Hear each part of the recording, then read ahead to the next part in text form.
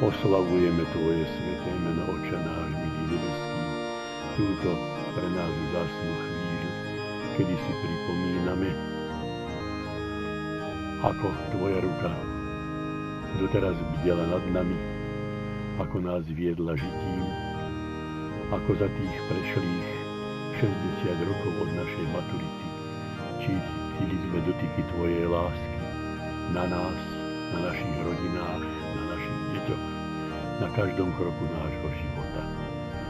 Dnes opäť si toto všetko uvedomujeme a vyslovujeme úprimnú vďaku Ti za to, že pravica Tvoja dokazovala pri nás svoju silu, že sme cítili dotyky Tvojej lásky na každom kroku života a že ich vo chvíľach ťažkých a bolestných nakoniec, keď sme volali k Tebe, Ty si nás vypočul a zasiahol si a nakoniec i to zlo, s ktorým sa museli stretávať, nakoniec poslúžil nám dobré.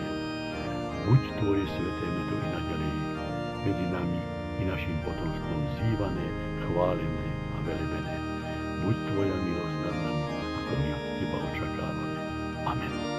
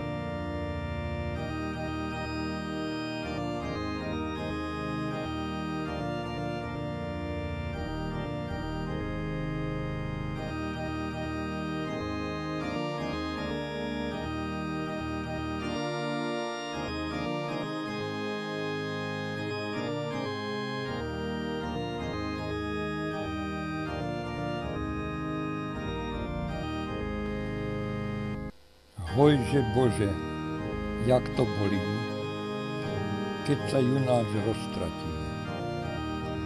Po tom šírom sveta poli na chlebovej podstate. Každý svojou pošiel stranou, hnaný žitia nevôľou.